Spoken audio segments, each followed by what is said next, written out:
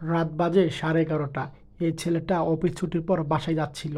হঠাৎ করে পিছনে কিছু জানি শব্দ শুনলো, আর তাকিয়ে দেখলো একটা মাইক্রো গাড়িতে লাইট জ্বলছে আবার নিভছে, আর কে জানি একটা হাত দেখা যাচ্ছে, একটা মেয়ের হাত।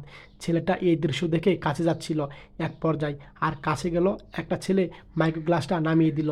আর ছেলেটা বলল, এ জায়গা কী চাস, যা বাসায় যা, যদি ভালো চাস। এভাবে থ্রেট দিল ছেলেটাকে। আর এই দরজা লাগিয়ে দিল। আর তখন ছেলেটা চলে যাচ্ছে, যা যা চলে যা। আর এই ছেলেটা যাচ্ছে আর মনে মনে ভাবছে, কে ভিতরে মেয়ের কণ্ঠ লাগলো, আর কে আমাকে যেতে বলল এভাবে, আমি বুঝলাম না কিছু। ছেলেটা মনে মনে ভাবছে আর বলল, কি করব এখন। আর বলল, যাক, রাত বেশি হয়ে গেছে, যাক বাসে যাই। এভাবে কথা বলছিল, আমার তো কেউ কিছু লাগে না। আর তখন এই ভাইটা এই কথা বলে তখন বাসার কাছাকাছি চলে গেল এক পর্যায়ে। শুধু মাথায় একটাই চিন্তা, কাকে দেখলাম, কাকে দেখলাম। এই চিন্তা করতে করতে ছেলেটা বাসার ভিতরে সিঁড়ি দিয়ে উঠছিল।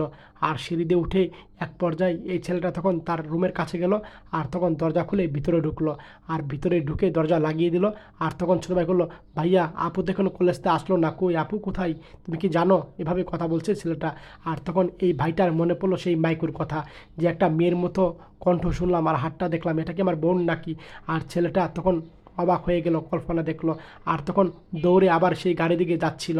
আর তখন পিছন পিছনে ছোটো ভাই ডাকলো, ভাইয়া কোথায় যাও, আমি যাই। আরে না, তুই ওয়েট কর, আমি একটু আসছি। এই কথা বলে এই ভাইটা তখন সিঁড়ি দিয়ে নামছে তাড়াহুড়া করে। আর তখন সিঁড়ি দিয়ে নেমে এই ভাইটা তখন রাস্তায় বের হলো। আর রাস্তার মধ্যে জোর একটা দৌড় দিল। আর দৌড় দিচ্ছে তো দৌড় দিচ্ছে, মাইকুটা কোথায় আছে, এই মাইকুকে খুঁজে বের করতে হবে। আর এক পর্যায়ে যেখানে মাইকু দেখেছিল এই ছেলেটা, সেই জায়গা পৌঁছালো। আর এই জায়গায় দেখতে পেলো মাইকুটা নেই, মাইকুটা চলে গিয়েছে।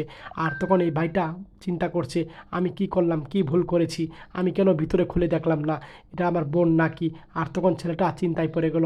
আর এখন কি করবে কোনো হদিশ পাচ্ছিল না। এই ভিডিও দেখে যদি আপনারা শিক্ষা গ্রহণ করেন